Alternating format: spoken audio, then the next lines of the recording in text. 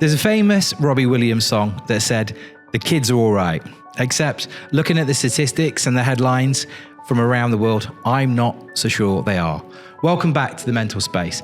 My guest today is an expert who sits and speaks with our kids, and we're going to dive into what's really going on inside the minds of our children.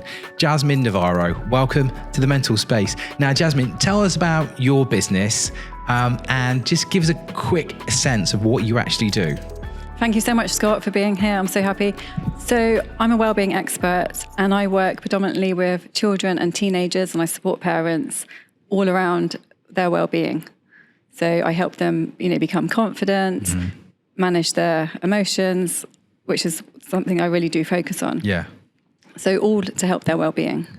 Jasmine, just tell us a little bit. I always love, a Marvel superhero story. I like the origin story of people and finding out why they do what they do. So just give us an insight into why you do this. That's a great question, and I'll try and keep it brief. So it all started when I was 18. Okay. When I was very close to my stepdad, and I suddenly found out that he died, but I found out in the newspaper. And it was just, literally my friend said to me, "Oh, did you know that he's dead?" It was just like that. I had no warning or anything. So of course, and I still remember the day, the time and everything. And I just remember being hit with so many emotions in that moment. And, I didn't have any emotional awareness really. And so I just remember it was just awful. I was in shock, complete shock. And I just went home straight away to tell my mum. And I said, "Oh my God, I've just found out, that he died, and I just found out in the newspaper." So my mum quickly went to the shop, got the paper, because he wasn't with us at the time. And, she said, "Yeah, it's true. And he's not coming back. He's never coming back." And that sort of was it. And we didn't really talk about it again after that. So I think it was really difficult for my mum as well.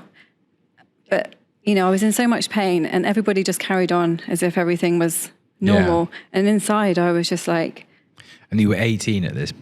Yeah, everything's falling apart. And you're supposed to be an adult at 18, of course, but, so you're supposed to be able to deal with all of your emotions and that sort of thing. But what were you going through? Like, how was it showing up?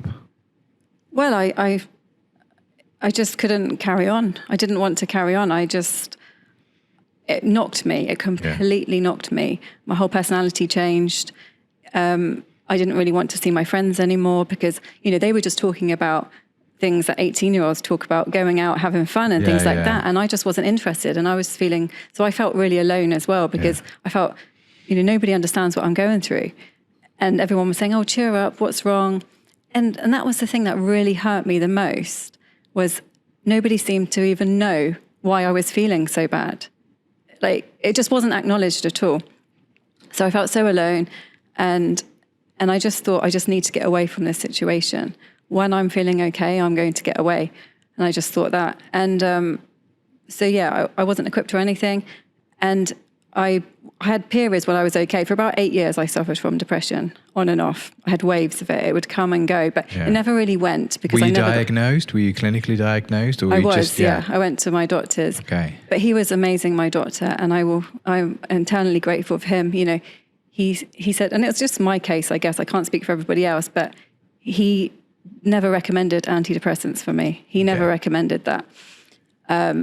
He just said, "You're doing this to yourself. This is self-destructive," because I blamed myself. Because actually another part of the story is... I was going to ask, why are you blaming yourself? Yeah, why would I blame myself? Yeah. Because when my mum got the news, she just said, and she probably didn't mean it, but she said he probably committed suicide. Because he was really unhappy. They weren't together anymore. There were so many things. So she said that. So in that moment, I think I just blamed myself. So I actually dealt with a suicide. I grieved a suicide, actually, even though he didn't commit suicide. But I didn't find that out until 10 years later. Oh, my goodness. Yeah, so you kind of carried around a guilt. Yes, blame, guilt, all of it. But what was the evidence for you to blame yourself in the first place? Because we had seen him a year prior. Right. And he had asked us to come for a coffee. Right. And my mum said, look, it's not a good idea. Okay. And it probably wasn't a good idea. Yeah. Because, he had lots of problems. Yeah. And that's something else. So I just, maybe it was that. Maybe I felt sorry for him because I knew he was really unhappy. Yeah. And I was so close to him. Like, we had such a strong connection. I mean, amazing connection, considering he wasn't even my dad. Yeah. So what was I going to say? So I don't know why I blamed myself. It wasn't illogical. I did. And that's what the doctor probably saw. He said, this is self-destructive. You are doing this to yourself. But it wasn't until maybe 3 or 4 or 5 years later that I even admitted to myself that I had depression because of that he had died. Because I thought I didn't deserve to feel that grief because he wasn't my real dad. And nobody around me was acknowledging it either. So there's so many. Isn't it amazing? I don't know, the stories or the journeys we go on inside our heads. Yes, I know. So it took me a few years for that because I didn't have any therapy or anything. I wish I had access to it, but I don't know why I didn't. So I finally realized that. And then a few years later, I realized it wasn't my fault. I just realized it wasn't my fault. I think that took about 6-7 years. And when I realized it wasn't my fault, that's when I started feeling better. And then I never got depressed again. Right. So actually, it was self-destruction. Self-inflicted. Yeah. All based on a story that you told yourself that turned out not to be true in the first place. I know, because then my real dad died 10 years later in similar circumstances. Unfortunately, I found out by email. But at that point, it was 12 years later, actually. And I was, I was in a different place and everything. No, so tell me how that shaped your view into what you're doing now. Like, what was your journey sort of career-wise? What was going on in those 10 years? When did that personal experience turn into almost like a professional mission, should we say? Well, I was a teacher for 20 years, and that was because it helped me leave the UK. That was the quickest thing I could do to leave the UK. Right, okay. The easiest thing I could do, that I could think of. That. And you became a teacher, straight after your stepfather's death? Or a few years later. And then jumped on the plane and got out? I went to Turkey. And I only planned to go there for a few months. I always loved traveling, by the way, because my dad's from Venezuela, so my real dad. So I got a bunch of questions here, but your story is so interesting. I'm not sure we're even going to get to them.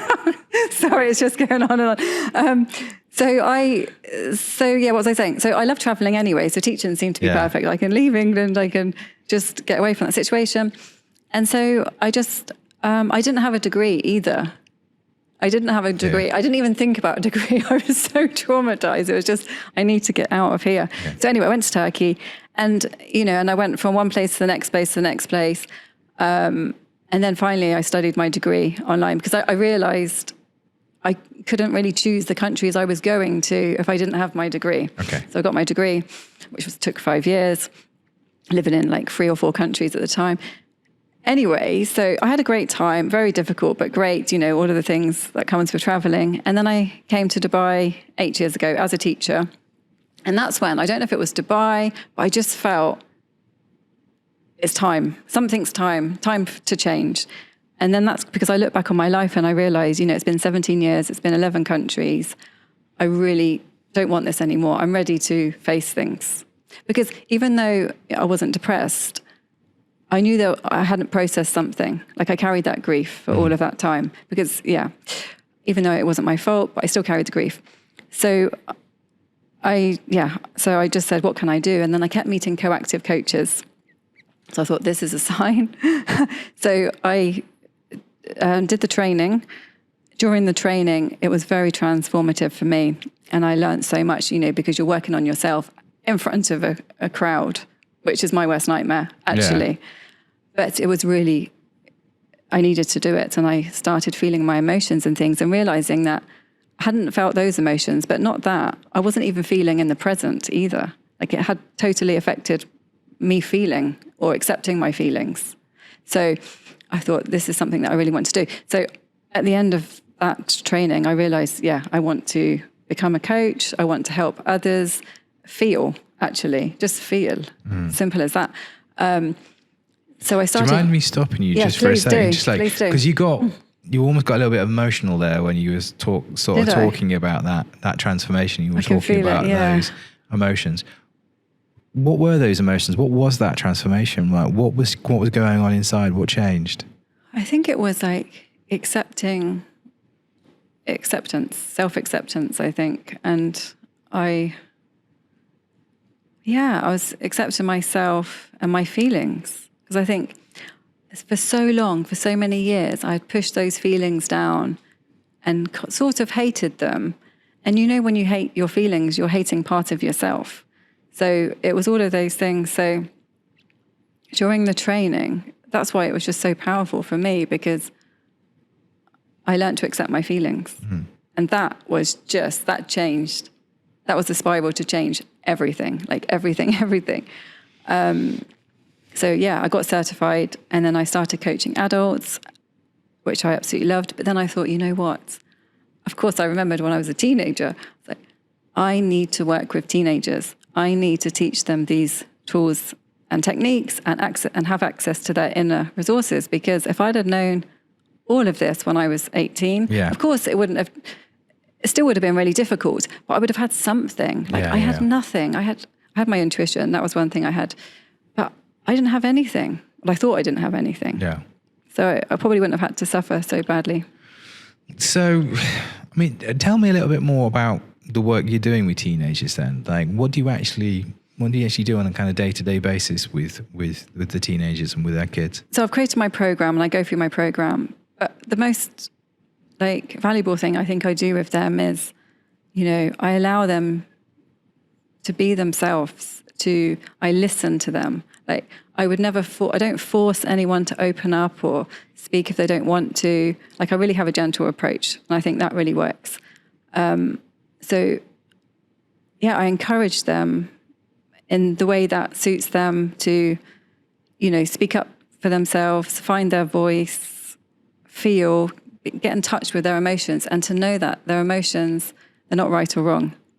They're not positive or negative. Like, it's okay to maybe feel anxious sometimes. Of course, I'm not saying if somebody has an anxiety disorder and they need therapy, that's completely different. That's out of my realm of work. But I help them accept their emotions, and I help them be conscious of the words that they're saying to themselves. Because I remember, when I was feeling so bad, I was saying awful things to myself, or self-destructive thoughts. Yeah. So I really try and I help them do that. And that, once they become conscious of that, they do the work by themselves. How long have you been doing that now? How long have you been working with teenagers now? So coaching them for 3 years. 3 years. But obviously, when I was a teacher, I was with them a lot as well. Over the years, how are our kids doing? Because it feels like this is getting harder for them. Yeah. Particularly in terms of getting in touch with their emotions and actually being emotionally intelligent. And that self-language, because we've got social media, so much comparison, so much pressure. Yes. Peer pressure like me or you never had when we were kids growing up. It feels like they've got so much more to deal with, but how are they doing? Yeah, it's interesting because I think, obviously I can just speak for the teenagers that I've worked with, but they're much more self-aware than I ever was. Yeah. So they've got the self-awareness. Okay, well they've got the self-awareness, it seems. But it's the pressure they're putting on themselves. Yeah. The pressure, like so many teenagers I talk to, and they're just, maybe the school's putting pressure on their family, but the pressure that's damaging them is the pressure that they're putting on themselves. Yeah. And they're so hard on themselves. They're beating themselves up. And I can see it so clearly because this is what I used to do. So I think it's pressure. They're being unkind to themselves. Nothing's good enough. But of course, you've got the added thing of social media. So they're comparing. So, meanwhile, they're putting all this pressure on themselves. But then, of course, even though we know social media is not real, but of course it affects us. So they're putting the pressure and thinking they're not perfect and good enough. But they're seeing social media, everybody looks perfect. The same old story. And actually, a few of the teenagers I've worked with, they say, I need to be perfect. Like, they actually have said that to me. And I was like, of course, you're never going to be perfect. Where's that come from? Like, where's that expectation come from? Like, I don't know. None of us can be. Exactly. And sometimes when they say it, I don't think like as kids, I mean, I don't think I ever would have thought I need to be perfect. It's not something I would have kind of mentally expressed to myself. So where's this kind of expectation that they need to reach perfection, which is, is an unattainable goal anyway. Exactly. And that's what just blows my mind. I don't know if it's social media, the images that they see on social media, because people do tend to look perfect. I don't know. We looked at this. I mean, I think we were talking before we kind of started the conversation on camera, but we were talking about Dove campaign, and it's really, really worrying that, yes. that they did research and that showed how our kids, mental health is being impacted by social media, how that is damaging their self-esteem, but also at the same time how they're addicted to that same social media that's damaging their self-esteem and that's damaging their mental health. Yeah. How are you helping? What do you do? Like physically, how do you work with the teens and with our children to go? Do you know what? Yeah, no, that's a good question. I always say, of course, social media is a huge influence on all of our lives, actually. But I always think, the healthier our mindset is when we're using social media, we're going to use it in a different way. Because, of course, if you go onto social media and you're feeling, anxious, low, not good enough, insecure, all of these things, then probably different images are going to affect you, and you might end up looking on different sites and things like that. But if you're feeling self-confident and you're feeling happy with yourself, you're going to be affected by social media differently. So I help them, it's working on their mindset to be kind to themselves. And I know that sounds so simple, but I help them look in the mirror and like looking in the mirror and be happy with looking in the mirror. Yeah. That seems like something that, I sometimes question the education system right now, particularly when I look at my daughter, who's 7 years old. Like, one of the things we don't teach in school is kindness. Yeah, exactly. To ourselves, kindness to ourselves. And that starts from ourselves. Like, how important, has that been in your journey? Like, learning to be kind to yourself? It's everything. It's everything. Because for 20 years, while I was carrying that grief, which I've processed now, by the way, 20 years later, I have to say I've processed that. So that's like a big... Congratulations. Thank you. Yeah. I think, yes. Well, I think when you have trapped emotions, everything's different anyway. But so I've forgotten your question. How am I being kind to myself? How important has kindness been on that journey to where you are today? And if there are, particularly if there are parents of children listening to this podcast, like, how should they be encouraging that kindness, both to themselves and their children? Yeah, I think, of course, if you want your children to be kind to themselves, then the parent needs to be kind to themselves and the children. Yeah. Because it's always the same, isn't it? Yeah. You can tell your child to do something, but they're going to just copy what you do, not what you say. Yeah. So it's about working on yourself every single day. Like, and that's what I do. And sometimes, I have bad days, of course, but you just have to work on yourself every day. Find a routine that suits you. Well, what is that routine that suits you then? When you need to do work on yourself, when you need to do the work, what does that look like?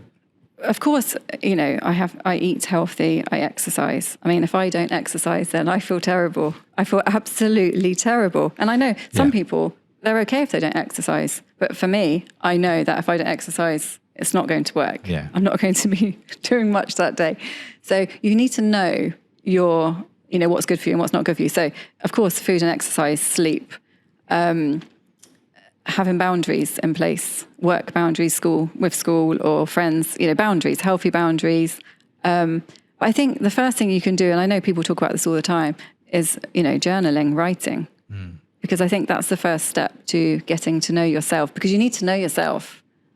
So it's all about the awareness again, the self-awareness. Is that something you encourage the children and the teenagers you work with to embrace? Yeah, I encourage them to do it, but I don't tell them how to do it.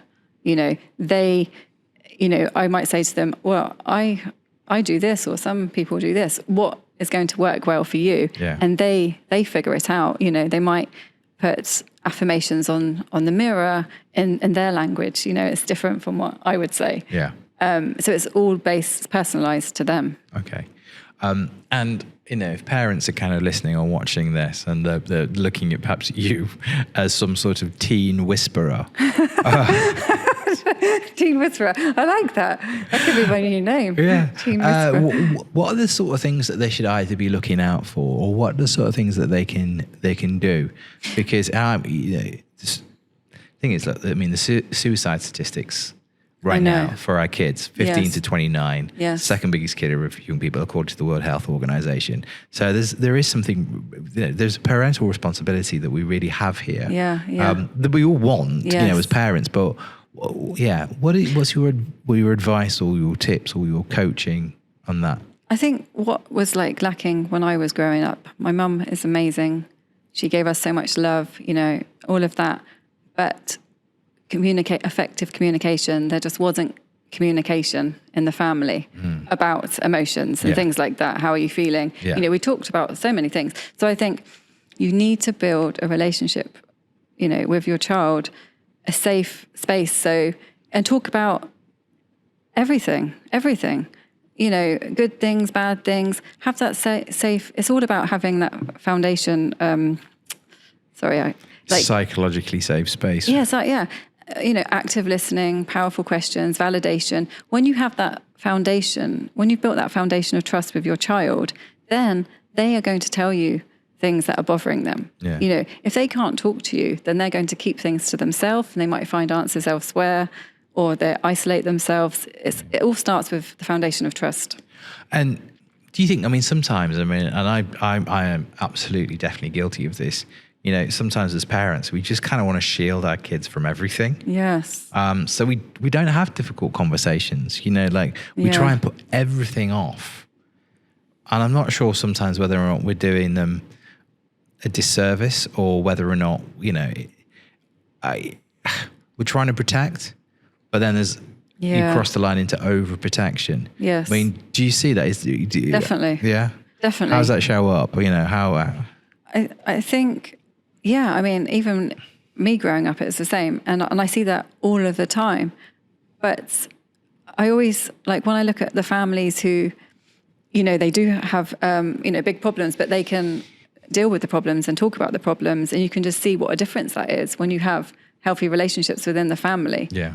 And it's because the child trusts the parents and is not ashamed to talk to them about something before it gets, really big and really serious. But I think parents, they don't need to, fix everything. They can just be there and ask your child. Your child will have the answer. Just ask them an open question and just be there.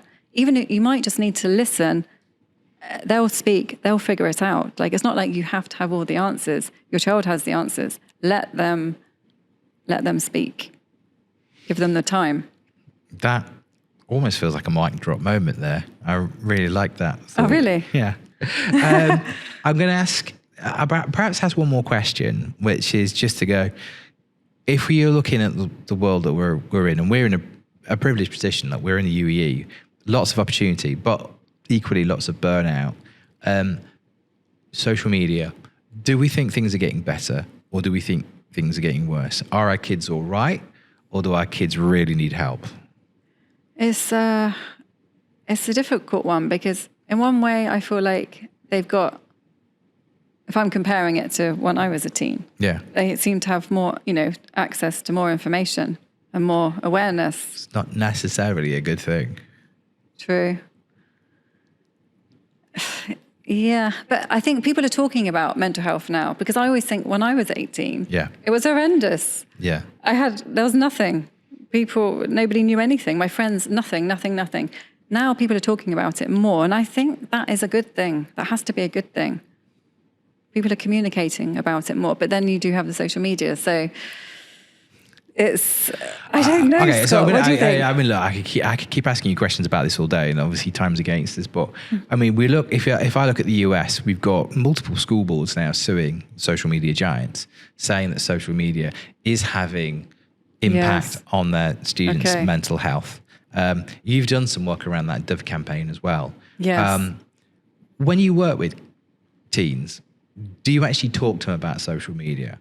Like, do you tell them to turn it off? Do you tell them, like, it's the question that no parent actually knows the answer to, which is like, how do we actually, because it's not going away, and we can't we can't lock it in a cupboard. No, I mean, you're right. I mean, I never tell the teens what to do, right? Because that's probably wise. Having had, I've been the dad of a teenage boy. Yeah, it often goes awry. Yeah, rule number one. Well, especially with coaching, it's not about giving advice. It's about listening and questioning. Right. And they find the answers themselves, and that's why it's empowering, and that's why they do it, because they decide what to do. Okay. So that's why it actually works, because when you think about it, no one wants to be told what to do. Now, then any age. So questions really does work, give them a choice. Yeah. So one thing that sometimes I do when I'm working with teens, and maybe the parents have said, they're using social media a lot, I say, how is your timetable? What would you like to fit in your timetable? How can you, like, if you're using social media this time, what are you missing out on? Like, what could you be doing? Right. Maybe with your friends, or to get them to think of other things that they could be doing. So they're aware of, actually, I could be going outside or having fun with my friends rather than being on my own in my room. So then they think, okay. And then they, sketch out their timetable. And then next week we come back, okay, how did that work? Did anything change? And maybe it's just a tiny change, but that's how it starts. Yeah. Why are you laughing? No, I'm not laughing. I'm actually kind of like soaking it all in, and I'm loving what I'm hearing. Oh, really? You're having conversations all the time. If people want to dial into any of your conversations, how can they find you? So my website, withnava.com, Instagram withnava, and LinkedIn, Jasmine Navarro. Jasmine Navarro. And I recommend checking Jasmine out on LinkedIn as well, because she's doing LinkedIn live conversations with all sorts of people around this conversation around mental health. So really worth checking out. Jasmine, thank you very much for joining us on The Mental Space. If you've enjoyed this conversation as much as I have, feel free, please remember, subscribe on YouTube or on all the podcast platforms of your choice, and keep following our conversations. Jasmine, thank you very much for joining us on The Mental Space. Thank you so much, Scott. Pleasure.